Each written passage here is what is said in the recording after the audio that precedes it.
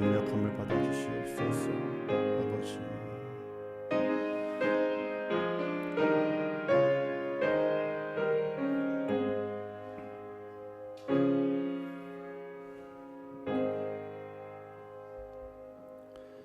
하나님이여, 내 속에 정한 마음을 창조하시고 내 안에 정직한 영을 새롭게 하소서. 나를 주 앞에서 쫓아내지 마시며 주의 성령을 내게서 거두지 마소서. 주의 구원의 즐거움을 내게 회복시켜 주시고 자원하는 심령을 주사 나를 붙드소서. 아멘. 자비로우시고 은혜로우신 하나님 아버지, 허물과 죄로 죽었던 저희를 독생자 예수 그리스도의 보혈로 말미암아 깨끗하게 씻겨주시고 하나님의 자녀 삼으시고 천국 백성 삼아주심을 진심으로 감사합니다. 또한 한 주간 동안 이 땅의 삶을 열심히 살다가 오늘 거룩한 성일 하나님의 날을 맞이하여 하나님의 존으로 불러주시어서 구원의 하나님을 찬양하고 예배할 수 있도록 은혜 베푸심을 참으로 감사합니다. 연약한 저희들을 용서하여 주시옵소서. 믿음 없었던 저희들을 용서하여 주시옵소서. 하나님의 크신 은혜와 은총과 권능을 이 시간 베풀어 주시어서 하나님의 사람으로 온전하게 되게 하시고 믿음의 능력자가 되어 세상을 이길 수 있도록 축복하여 주옵소서. 오늘 드려지는 모든 예배 가운데 함께 하시며 이 예배를 받아 주실 것을 믿사옵고 예수님의 이름으로 기도하옵나이다. 아멘. 우리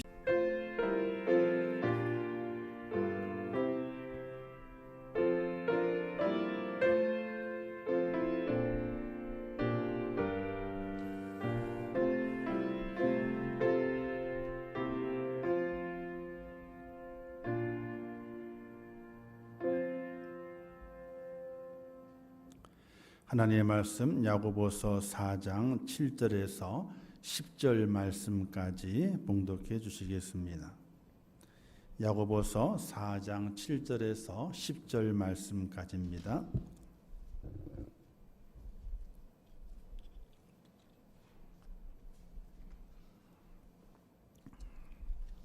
말씀 봉독해 드리겠습니다. 그런즉 너희는 하나님께 복종할지어다. 마귀를 대적하라. 그리하면 너희를 피하리라. 하나님을 가까이하라. 그리하면 너희를 가까이 하시리라. 죄인들아, 손을 깨끗이 하라. 두 마음을 품은 자들아, 마음을 성결하게 하라. 슬퍼하며 애통하며 울지어다. 너희 웃음을 애통으로, 너희 즐거움을 근심으로 바꿀지어다. 주 앞에서 낮추라. 그리하면 주께서 너희를 높이시리라. 아멘. 아멘. 이 시간에는 우리 정연채 청년 나와서 하나님 앞에 찬양을 돌리겠습니다.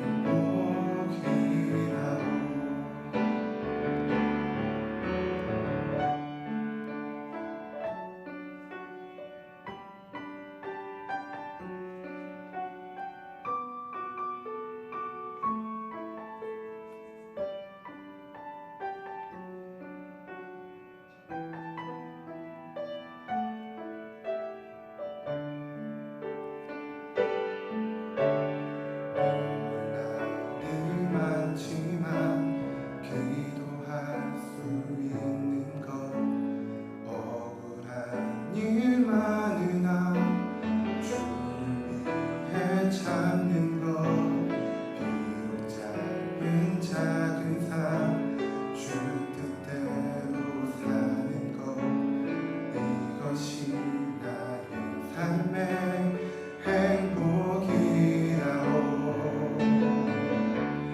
이것이 행복이라오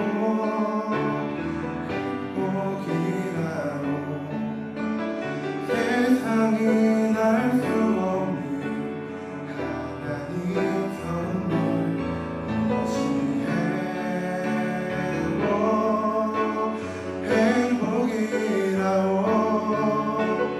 하나님의 자녀로 살아가는 것 이것이 행복이라오 이것이 행복이라오 세상은 알 수 없는 하나님 선물 이것이 행복이라오 하나님의 자녀로 살아가는 것 이것이 행복이라오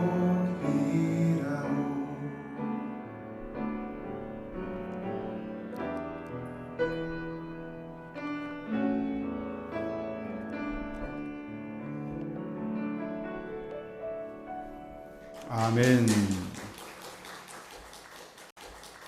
자녀의 가사처럼 하나님의 자녀로 살아가는 것이 우리의 최대의 행복임을 고백하시면서 행복하시기를 주님의 이름으로 축원합니다. 기도하겠습니다.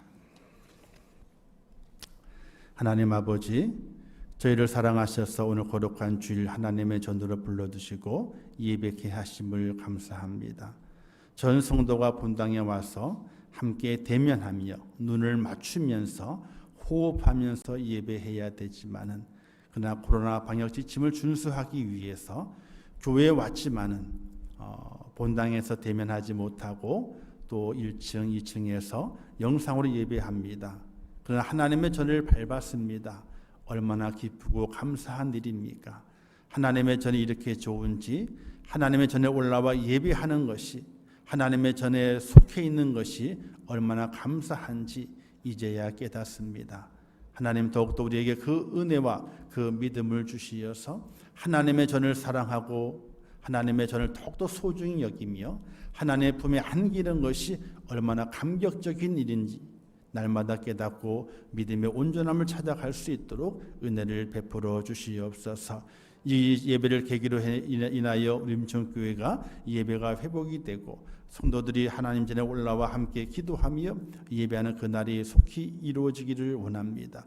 또 한국교회도 회복되기를 원합니다. 모든 교회가 회복되기를 원합니다. 더욱더 말씀 앞에 굳게 세워져서 하나님께 영광 돌리게 하시고 주신 사명을 잘 감당할 수 있도록 은혜를 베풀어 주시옵소서.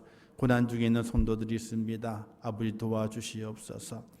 아버지 하나님의 이름 말할 수 육신의 연약함을 통해서 아파하며 힘들어하며 주의 전에 올라오지 못한 성도들이 있습니다. 하나님 그들을 후보 살펴주시옵소서. 사람은 어찌할 수 없지만 하나님은 하실 수 있습니다. 하나님이 꼭 도와주시고 강건하게 도와주시고 믿음의 온전함을 통하여 하나님 앞에 예배하는 그날에 속히 올 수 있도록 은총을 베풀어 주시옵소서. 이 나라도 붙잡아 주시고 이 나라도 온 나라가 경제가 어렵고 힘이 듭니다. 하나님 어서 빨리 모든 것이 일상으로 돌아갈 수 있도록 은혜를 베풀어 주시고 속히 좋은 약이 개발되어서 코로나 사태가 진정되게 도와주시고 새로운 날을 맞이할 수 있도록 은혜를 허락하여 주시옵소서.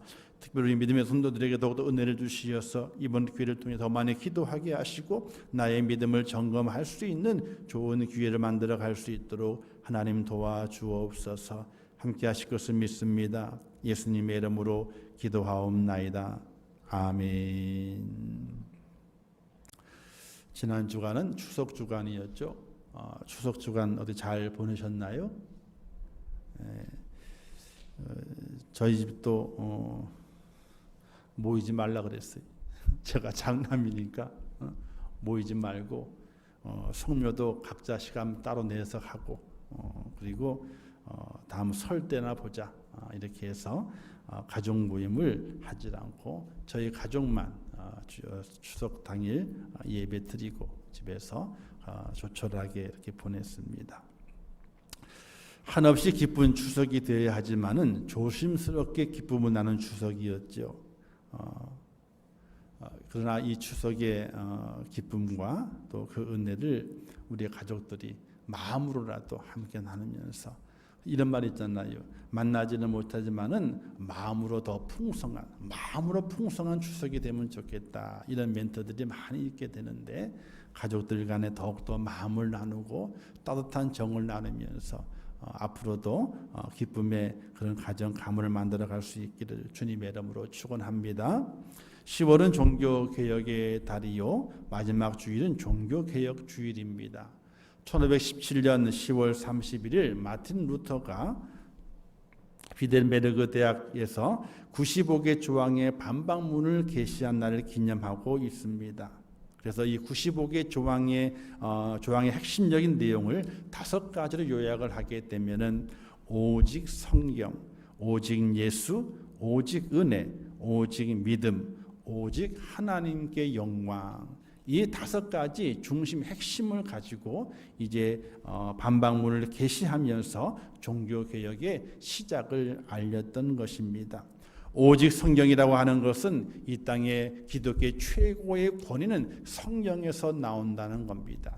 교회의 법이 아니라 성경에서 나온다. 오직 구원은 예수에게만 있다. 또 구원은 사람의 행위로 아니라 하나님의 전적인 은혜로 구원을 받는다.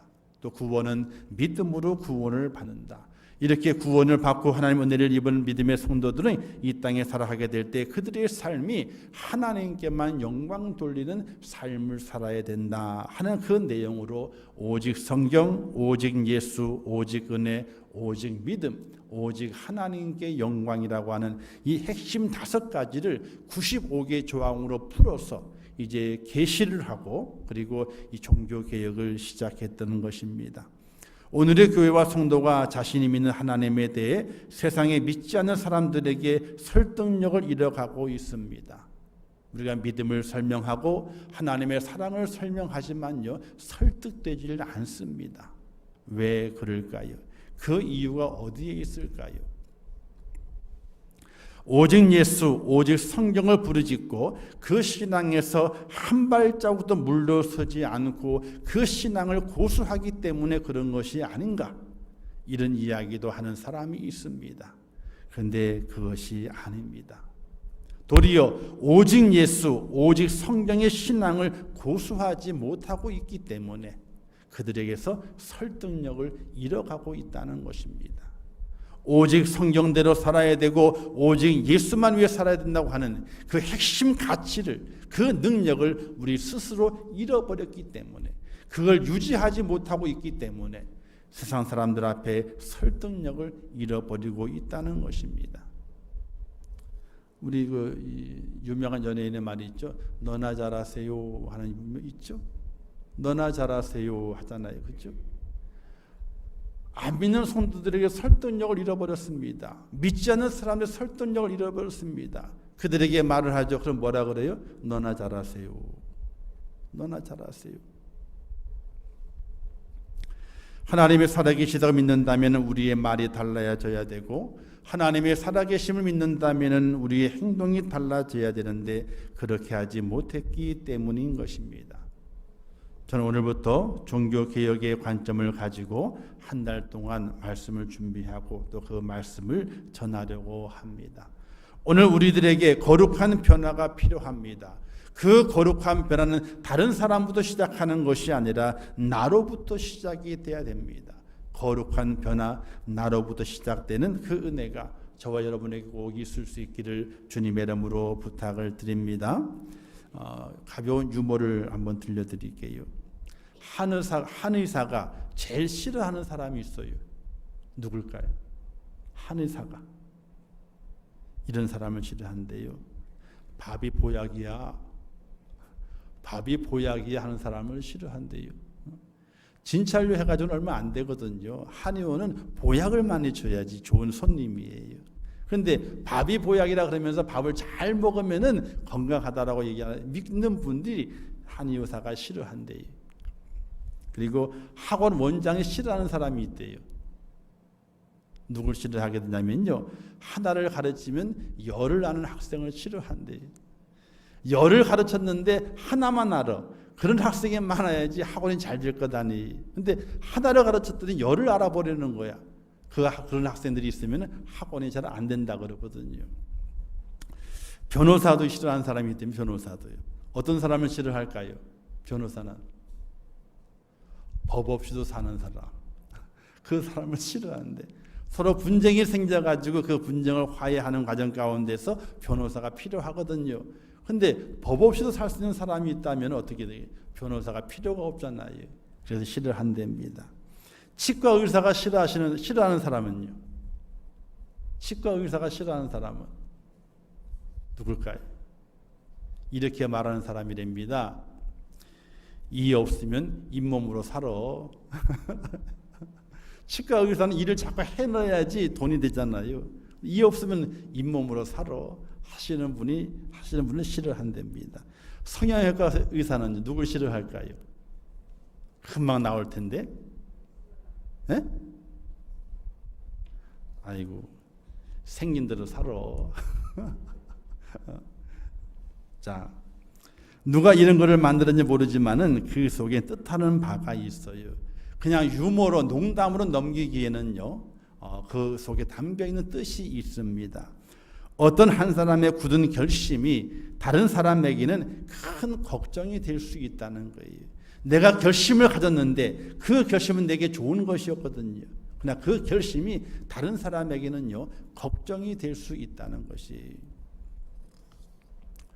나아가 이는 또 내게 좋은 것이 남에게는 좋지 않은 것일 수 있다는 것을 가르치게 되고, 그러므로 인간의 모든 선택은 최선이 아니라 차선의 선택일 뿐이다. 이걸 가르쳐주고 있다는 겁니다. 최선의 선택은 다 좋은 것이어야 되거든요. 그러나 다 좋지 못하기 때문에 사람의 선택은 차선일 수밖에 없다. 이걸 가르친다는 겁니다. 요즘 온 국민은 거짓과 진실이 뒤섞여버린 세상에 살아가고 있습니다. 누가 거짓을 말하는지, 누가 진실을 말하는지 참으로 10길 물속을 알아도 한 길 사람 속을 모른다는 말이 실감이 나는 그런 시대를 살아가고 있습니다. 누가 진실한가, 누가 거짓인가 참 헷갈리게 됩니다. 혼란하게 됩니다. 추미애 장관의 아들 문제라든지, 북한군 총에 맞아 죽은 공무원의 사건을 보는 관점, 그 관점을 바라보게 될 때에 팩트가 뭔지 아세요? 사건은 사건이에요. 그런 일들이 있을 수 있어요. 사건은 늘 있을 수 있습니다. 그러나 우리가 보는 관점, 팩트는 뭐냐? 진실하냐 거짓이냐 이겁니다. 그 팩트를 바르게 봐야 되는 거예요. 저는 추미애 장관 얘기가 나왔을 때에 이런 얘기를 했습니다. 아니 그 엄마가 당연히 할 수 있는 거 아니에요? 엄마니까. 아들이 아픈데. 저는 아들이 군대 간 아들이 휴가 나왔는데 아파가지고 병원에 입원해가 치료받는 중이에요. 그러면 부모로서 이렇게 휴가에 대해서 전화를 안 해보겠어요? 저도 해봐요. 해볼 수 있는 얘기지. 그 사건의 내용들이 문제가 아니라 그 속에서 진실이냐 거짓이냐 이것이 문제인 거예요. 이것이. 그러나 우리는 거짓이라도 내게 좋은 것은 좋은 거짓이라고 하는 포장을 하게 됩니다. 진실이라도 내게 나쁜 것은 나쁜 진실이라고 하는 그런 생각으로 내 생각이 굳어지게 됩니다. 그래서 진실과 거짓이 혼돈될 때가 있는 겁니다. 우리는 진실을 보는 눈을 가져야 되는 것이지요. 예수님께서 산상수훈에 이렇게 말씀하시게 됩니다. 눈은 몸의 등불이니 그러므로 내 눈이 성하면 몸이 밝을 것이요 눈이 나쁘면 온몸이 어두울 것이니 라고 하셨습니다. 눈은 몸의 등불을 했을 때에 무엇을 보고 살아가느냐가 그 사람의 존재성을 드러낸다는 말씀인 것입니다. 무엇을 보고 있느냐에 따라서 그 사람의 존재 이유가 밝혀지게 되는 것이거든요. 그 말씀을 하신 후에 주님이 이렇게 말씀하시게 됩니다. 한 사람이 두 주인을 섬기지 못한다라고 말씀하십니다. 바로 거짓과 진실 그 사이에서 줄타기 하듯이 고개를 하지 말라는 겁니다. 진실과 거짓 사이에서 줄타기 하지 마라. 줄타기 하지 마라. 시계가 하나인 사람들 있잖아요. 시간을 정확히 알아요. 시계가 두 개요. 두 개면요, 결코 정확한 확실한 시간을 알지를 못해요. 그래서 저희 집이 헷갈려. 시계가 주방에도 하나 있거든요.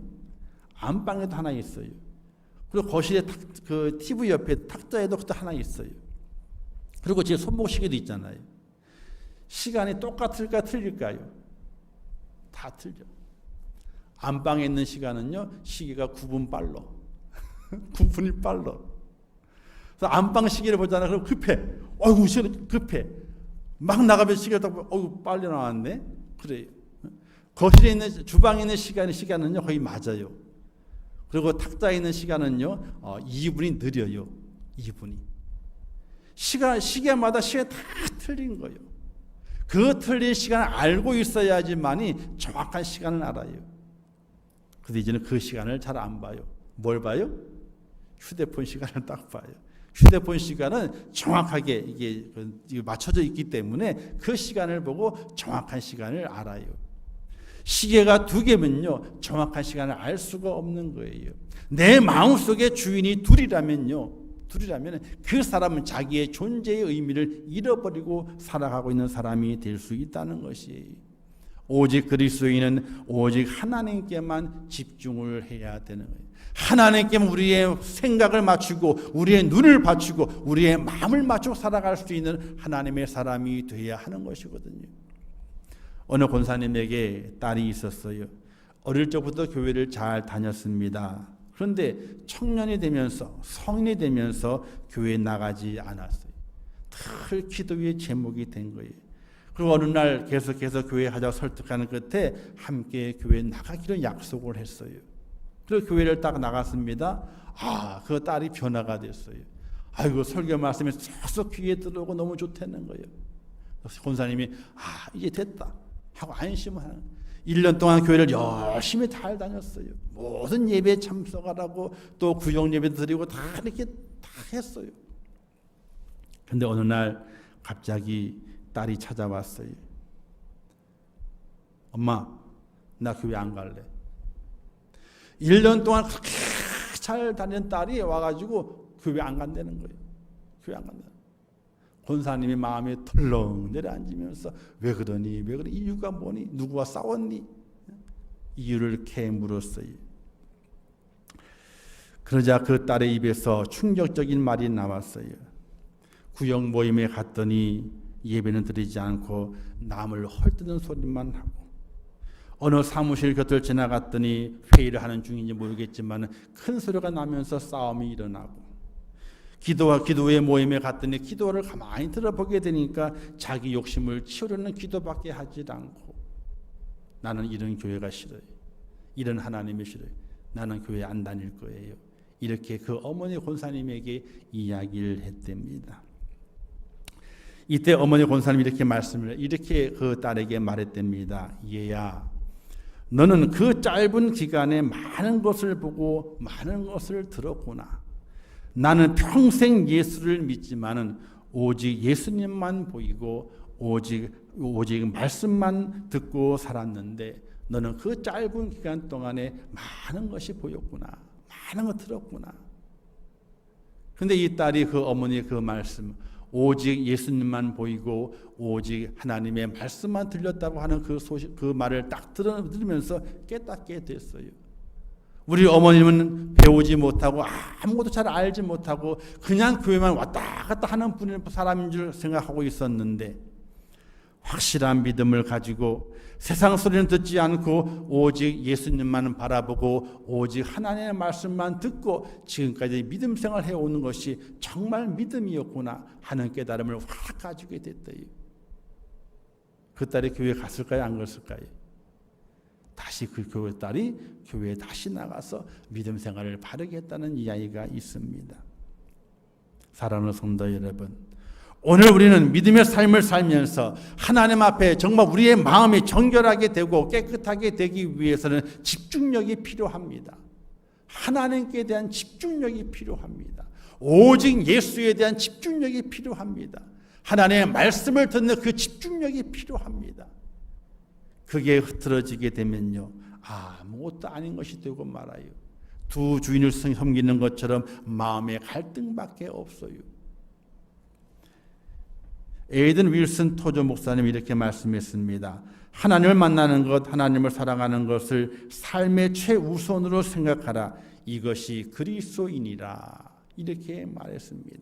내가 그리스도인이라면 삶의 최우선적으로 생각하는 것이 하나님을 만나는 것, 그리고 하나님을 사랑하는 것, 이것이 삶의 최우선인 사람, 그 사람이 그리스도인이라고 말하게 되는 것입니다. 여러분 눈에는 무엇이 보입니까? 주님의 십자가가 보여야지 진실할 수 있습니다. 주님의 부활만 보이는 것이 아니라 주님의 십자가가 함께 보여야만이 우리가 진실할 수 있다는 사실입니다. 오늘도 마귀는 우리를 대적하러 다가오게 됩니다. 마귀의 손에 들려있는 무기가 무엇일까요? 마귀의 손에 들려있는 무기, 그것은 바로 거짓이라고 하는 무기입니다. 아담과 하와를 무너뜨리겠다는 그 무기를 지금도 사용합니다. 아담과 하와를 공격했던 거짓이라는 그 무기는 참으로 달콤했습니다. 이렇게 공격하지요. 너는 결코 죽지 않아. 너는 결코 죽지 않아. 오히려 하나님처럼 될 거야. 나는 그 거짓의 무기, 달콤한 무기를 사용해서 아담과 하와를 무너뜨렸거든요. 오늘도 마귀는 그 거짓의 무기를 가지고 오늘 우리를 공격합니다. 그리고 말합니다. 결코 안 죽어. 결코 안 죽어. 더 잘 될 수 있어. 더 잘 먹고 살 수 있어. 이런 달콤한 말로 우리를 공격합니다. 그 거짓이 우리에게 물들어옵니다. 내 속에 있는 믿음이 점점 거짓으로 물들어갑니다. 이 속에 두 마음이 싸웁니다. 어떤 때는 성령의 법이, 어떤 때는 육신의 법이 싸워서 갈등을 가지게 만듭니다. 우리에게 마귀를 이길 힘은 없습니다. 어떻게 우리가 마귀를 이겨요? 마귀를 못 이겨요. 그러나 무기가 있습니다. 그 무기는 무엇인가? 바로 우리 속에 거짓이 없고 진실이 있으면 됩니다. 진실하면은 마귀를 이길 수 있는 무기를 가진 자가 될 수 있게 됩니다. 사도 바울이 디모데를 칭찬하게 되죠. 내 속에 거짓이 없는 믿음을 생각함이라 라고 디모데를 칭찬합니다. 어린 그 디모데가 목회자가 돼서 하나님의 교회를 다스리고 성도에게 말씀을 전하는 목회자로 세워져 있는데 사도 바울이 그 속에 무엇이 있는지 발견했습니다. 마귀를 이길 수 있는 거짓이 없는 믿음이 디모데 속에 있는 것을 발견하게 됐던 겁니다. 마귀를 무엇으로 이길까요? 이길 힘이 없습니다. 물질을 가지고 이겨요? 마귀도 물질을 줬다가 뺏었다 마음대로 해요. 건강이요? 건강을 줬다 뺏었다 마음대로 하는 것이 마귀의 권세입니다. 절대적으로 우리는 마귀를 이길 수가 없습니다. 근데 마귀는 무엇을 표현하느냐? 마귀는 거짓말쟁이요 거짓의 압이라고 그랬습니다. 거짓말쟁이, 거짓의 압이 그에게 대항할 수 있는 것은 다른 것이 있는 것이 아니라 진실함입니다. 거짓이 없는 믿음을 가지고 있을 때에 그 마귀를 대적해서 물리칠 수 있다는 사실입니다. 성경이 이렇게 말씀하게 되죠. 너희가 서로 거짓말을 말라 옛사람과 그 행위를 벗어버리고 이렇게 말씀하죠. 또 말씀하시기를 거짓을 벗어버리고 이렇게 말씀합니다. 거짓을 벗어버려야만이 마귀를 대적하고 그 마귀를 물리치는 하나님의 사람이 될 수 있음을 분명히 성경은 말씀하고 있는 겁니다. 이런 이야기가 있더라고요. 항상 자기밖에 모르는 노신사가 있어요. 노신사는 자기밖에 몰라. 자기밖에. 어느 날 기차를 타게 됐어요. 기차를 딱 올라가서 보게 되니까 제일 좋은 자리에 앉았어요. 앉아가지고 옆에 누가 앉으면 불편하잖아요. 그래서 자기의 가방을 갖다가 옆에 딱 놨어. 그러면 두 사람 앉는 자리에 혼자 앉아 가게 되니까 얼마나 편해요. 근데 기차가 출발하기 전에 한 소년이 탁 타더니 그 노신사에게 묻는 거예요. 이 할아버지 여기 자리 있어요 없어요? 그 노신사가 자리 원래 없잖아요. 자기 가방이지. 노신사 이렇게 얘기를 하는 거예요. 여기 자리 임자가 있다. 내 친구가 있는데 곧 올 거야. 올 거야. 근데 그 소년이 그러면 그분이 올 때까지 잠깐 앉아 있을게요 하고 털썩 앉더니 가방을 무릎에 자기 무릎에 탁 올려놓는 거야. 노신사는 마음이 콩닥콩닥 한 거예요. 요년이 빨리 가지 그냥 여기 앉아가지고. 그리고 조금 있다가 기차가 출발하려고 뺑 소리가 나는 거예요. 출발하려고. 그리고 좀 있다 기차가 출발을 하는 거예요. 출발해. 그러자 그 소년이 기차 문을 확 연 다음에 가방을 확 던져버렸어. 플랫폼을 던져버렸어. 노신사가 깜짝 놀라가지고 야 가방을 왜 던지냐? 가방을 왜 던지냐? 그랬더니 이 소년이 이렇게 말했대요. 아이고 할아버지 친구분이 늦으시나 봐요. 기차가 출발했으니까 기차를 놓쳤으니까 이 가방이라도 그 친구분이 찾아가야 되지 않아요. 가방도 잊어버리면 안 되니까 그래서 가방을 창밖으로 던졌다는 거예요. 누구 가방이에요? 할아버지 가방인데 잠깐의 그 거짓말 때문에 가방을 잃어버리고 말하고 기차는 출발했잖아요. 가방은 창밖으로 던져져 버리고 말하고. 목사님이 예배 끝날 즈음에 이런 광고를 했대요. 다음 주는 거짓말하는 죄에 대해서 설교하려고 합니다. 그런데 다음 한 주간 동안에 마가복음 17장을 꼭 읽고 오시게 되면은 설교에 도움이 될 겁니다. 이렇게 광고를 했습니다. 다음 주에 설교가 시작이 됐어요. 목사님은 얼마나 많은 성도들이 마가복음 17장을 읽어왔는지 확인해 보기 위해서 읽은 사람은 손들라고 이렇게 얘기를 했어요. 이제 꾸벅꾸벅 졸다가 있던 아줌마 집사님이 잠결에 들었잖아. 잠결에 손들라고 그러니까 손을 번쩍 들었어. 이렇게. 그리고 딴 생각하고 있는 대학생이 옆에 아줌마 손을 드니까 어떻게 돼요? 또 손을 또 슬금슬금 손을 들었네. 또 그걸 보고 있던 두리번 거리다가 눈치 보고 있는 성도들이 몇 명이 또 손을 든 거예요. 이렇게 손을 쭉 든 거예요. 그냥 목사님께서 아이고 많이들 읽고 오셨네요. 그러자 성도들이 안심한들 아멘 다 그런 거예요. 근데 계속 졸고 있던 아줌마는 아멘 소리가 나게 되니까 뭐라 그랬어요? 주여 감사합니다 라고 소리를 탁 지르. 이때 목사님께서 웃으면서 말씀하시기를 마가복음은 16장까지밖에 없습니다. 자 이제 거짓말하는 죄에 대해서 설교를 시작하겠습니다 라고 했답니다. 17장을 읽어왔냐 물어봤을 때 어떻게 해야 돼요? 목사님 마가복음은요 16장까지밖에 없었어요. 이렇게 얘기를 해야 되는데 목사님의 물으면 어떻게 돼요? 답은 해야 되겠고 또 그걸 아는 분들은 가만히 있는데 얼떨게 잠들다가 들은 사람은 손을 들고 눈치 보다가 손을 들고 딴짓하다가 손을 들고 손을 들어버려요. 별것 아닌 것 같지만요. 우리의 생활 속에서 하나님 앞에 우리가 어떻게 살아가야지 세상을 이기고 마귀를 대적할 수 있는지 또 우리의 마음이 어떠해야지 하나님 앞에 기쁨이 되는 마음인지를 보여주는 귀한 말씀의 내용들이에요. 사랑하는 성도 여러분, 종교개혁은요 두 마음을 품은 이로 말미암아 말씀이 왜곡되고 교회가 교회되지 못함으로 일어났던 개혁운동이에요. 두 마음을 품어서 하나님을 섬겨야 되겠는데 뭐도 필요해요? 물질도 필요해. 하나님도 섬겨야 되겠는데 뭐도 필요해? 권력도 필요해. 여기다 이 욕심이 자기의 마음을 거짓되게 만들어서 말씀을 왜곡하고 그래서 성도들의 눈을 가리게 만들어서 교회가 부패가 되고 목회자가 부패가 되는 과정 가운데서 종교개혁이 일어나게 되었던 것입니다. 말씀이 왜곡되지 않고 교회가 교회되어 왔다면 절대로 일어나지 않을 개혁의 모습인 것이거든요. 거짓말하는 자는 누구입니까? 입으로 거짓을 말하는 자를 가리킵니다. 그리고 두 마음을 품은 자를 거짓말하는 자라고 말할 수 있게 되는 것입니다. 사랑하는 성도 여러분, 오늘 성도의 힘은요 물질이 많기 때문에 힘 있는 것이 아니에요. 성도의 힘은 권세를 가졌기 때문에 힘 있는 것이 아니에요. 세상의 많은 사람들 앞에 성도의 힘은 그 마음이 하나님의 은혜로 말미암아 정말 진실하다고 하는 그 진실이 오늘 우리 성도의 힘이 된다는 것이에요.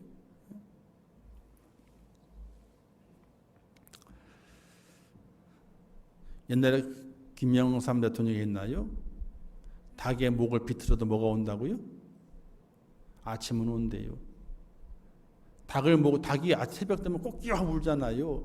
울지 못하도록 비틀어도 뭐가 와요? 아침은 온다는 거예요. 이건 뭐예요? 진실은 밝히 드러난다는 것을 말하게 되는 것이고, 아무리 쥐어짜도 아무리 가둬놔도 진실은 밝혀지게 되어 있다는 거예요. 사랑하는 성도 여러분, 오늘 우리 하나님의 사람이 땅에 살아가면서 진실함을 간직하고 살아갈 수 있어야 됩니다. 그 진실함은 어디에서 올까요? 간단해요. 하나님을 가까이 하라. 하나님을 가까이 하라. 우리는 자녀들이 이렇게 말하게 되죠. 좋은 친구를 사귀라고 말하게 됩니다. 왜? 그 친구의 장점이 내 아들에게 좋은 도움을 주기 때문에. 나쁜 친구를 사귀게 되면 그 나쁜 점이 내 아이에게 전염되기 때문에 나쁜 친구를 사귀지 말고 좋은 친구를 사귀라 그럽니다. 오늘 우리가 하나님을 가까이 하게 될 때에 하나님의 그 진실한 거룩함이 오늘 우리에게 다가와서 나로 하여금 거룩하게 만듭니다. 나로 하여금 거짓이 없게 만듭니다. 나로 하여금 진실하게 만듭니다. 사랑하는 성도 여러분, 하나님을 가까이 할 수 있기를 주님의 이름으로 축원합니다. 하나님을 만나는 자리에 나와야 됩니다. 하나님의 그 거룩한 광채를 힘입어야 됩니다. 하나님의 말씀을 들어야 됩니다. 그분 앞에 나와 겸손하게 엎드려야 됩니다. 그래야 우리가 진실해집니다. 하나님의 전에 나올 시간에 하나님의 전에 나와야 됩니다. 그래야 진실해져요. 하나님과 만나는 그 시간에 하나님과 그 만남을 가져야 됩니다. 그래야지 내 마음이, 내 영혼이 진실해집니다. 그 자리를 벗어나게 되면은, 하나님과 가까이 하는 그 자리를 벗어나게 되면은 진실과는 거리가 멀어지게 되어 있는 겁니다. 사랑하는 성도 여러분, 우리 속에 믿음이 자리 잡으려면 거짓이 사라져야 됩니다. 거짓이 자리 잡고 있으면 믿음이 설 자리가 없습니다. 하나님 우리에게 믿음으로 거짓을 물리치라고 말씀하십니다. 거짓을 물리치지 않으면 마귀가 가까이 옵니다. 그러나 하나님을 가까이 하면 마귀가 물러가고 거짓이 없는 믿음이 우리를 천국으로 인도하게 됩니다. 성도의 옷은요, 성도의 옷의 패션은 진실입니다. 아무리 좋은 옷을 입었다 할지라도 그가 진실하지 않으면 그 옷은 빛이 나지 않습니다. 아무리 허름한 옷을 입었다 할지라도 그 속에 진실함이 있으면 그는 광채가 나는 하나님의 축복자가 되는 것입니다. 종교개혁은 거짓이 난무할 때에 종교개혁이 일어났습니다. 오늘 우리 이 시대 속에서도 개혁이 일어나야 됩니다. 거짓을 물리쳐야 됩니다.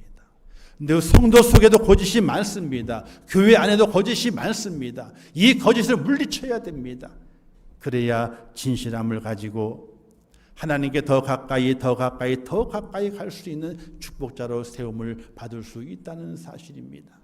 사랑하는 성도 여러분, 진실하게 사십시오. 두 마음을 품지 말고 사십시오. 오직 하나님, 오직 예수, 오직 성경, 오직 구원, 오직 은혜, 오직 하나님께 영광, 이것을 꼭 붙잡고 살아가셔서 거짓이 없는 믿음을 하나님께 보임으로 천국으로 영광 중에 입성하는 축복자가 꼭 될 수 있기를 주님의 이름으로 축원합니다. 기도하겠습니다. 하나님 아버지, 은혜를 감사합니다. 오늘도 귀한 말씀 허락하신 아버지 하나님, 날마다 하나님의 은혜 안에 거하게 도와주시옵소서. 하나님을 가까이 하게 도와주옵소서. 하나님의 크신 축복으로 말미암아 우리의 마음에 진실하게 도와주시고, 하나님을 가까이 함으로 말미암아 거짓 없는 믿음을 소유한 자가 되어서 천국으로 들어갈 수 있는 믿음의 사람 되게 하여 주옵소서. 세상은 거짓이 난무합니다. 마귀는 우리에게 다가와 거짓으로 우리를 대적하고 우리를 꼬이려고 합니다. 그 거짓을 물리치게 하시고 두 마음을 품지 않게 도와주시고 진실함을 가지고 하나님을 섬기고 오직 하나님, 오직 예수, 오직 믿음, 오직 성경, 오직 구원, 오직 하나님께 영광이라고 하는 핵심 가치를 가지고 살아가는 믿음의 사람 되게 하여 주옵소서. 예수님의 이름으로 기도하옵나이다. 아멘. 이 한 주간도 기도하시면서 거짓을 물리치고 진실함으로 꼭 승리하시기를 주님의 이름으로 축원합니다. 교회 기본 예배는 정시 예배가 진행이 되고요. 그리고 영상으로 계속해서 새벽 예배도 계속 영상으로 저희가 방영을 하고 있습니다. 기억하셔서 못 나오실 형편이라면은 영상으로라도 새벽 예배 꼭 참석하시기를 바라겠어요. 찍으면요, 누가 몇 명이 들어왔는지 탁탁 떠요. 새벽에 한 2명이 들어왔다 그러면요, 만세를 불러요. 야, 새벽에 잠 안 주무시고 일어나서 또 영상을 보셨구나. 근데 어떤 때는요, 1명도 안 들어왔대. 새벽에 하면 그러면 찍지 말까 그럴 때도 있어요. 참 목사도 간사해요, 그죠? 그 숫자에 참 민감해. 막 마음이 그냥 수요예배도 그렇고 금요기도에도 그렇고 참 민감해. 그걸 또 내려놔야 되는데 그렇지 못한 것 같아요. 어쨌든 우리 인천교회는 다음 주도 이렇게 비대면 예배로 방역 단계를 봐가면서 계속 진행하게 될 것이고요. 수요 예배, 금요 기도회, 그다음에 새벽 예배 계속 드려지고 있고, 또 방역 지침을 준수하고 있고, 그리고 또 영상을 계속해서 저희가 찍고 있습니다. 기억하셔서 함께 어떤 모습으로든지 간에 예배에 참여할 수 있는 여러분 되시기를 주님의 이름으로 부탁을 드립니다. 우리 다 같이 일어나셔서 축복성 부른 다음에 축도함으로 주일 예배를 마치도록 하겠습니다.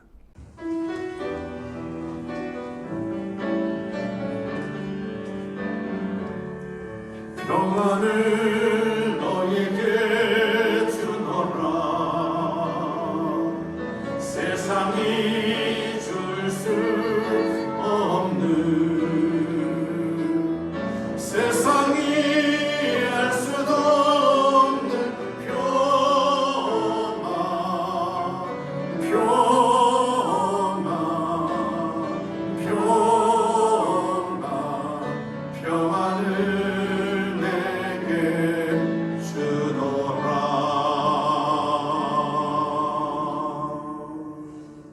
지금은 길이요 진리요 생명 되시며 우리 영원한 구세주가 되시는 예수 그리스도의 은혜와 하나님 아버지의 극진하신 사랑하심과 성령님의 감화 감동하시고 위로하시며 축복하신 은혜가 오늘 거룩한 주일 주의 전을 밟으며 예배하며 하나님께 영광을 돌리고 이 땅에 살아가게 될 때에 거짓이 없는 진실한 믿음을 가지고 하나님을 바르게 섬겨가 세상의 빛과 소금이 되고 세상을 변화시키며 주신 사명을 잘 감당하기를 원하는 우리 인천교회 성도들 머리 위에와 그들의 가정과 일터와 생업과 자녀들과 미래의 모든 소원들 위에 이 나라 이민족 위에 전 세계 위에 이제부터 영원토록 함께 있을지어다.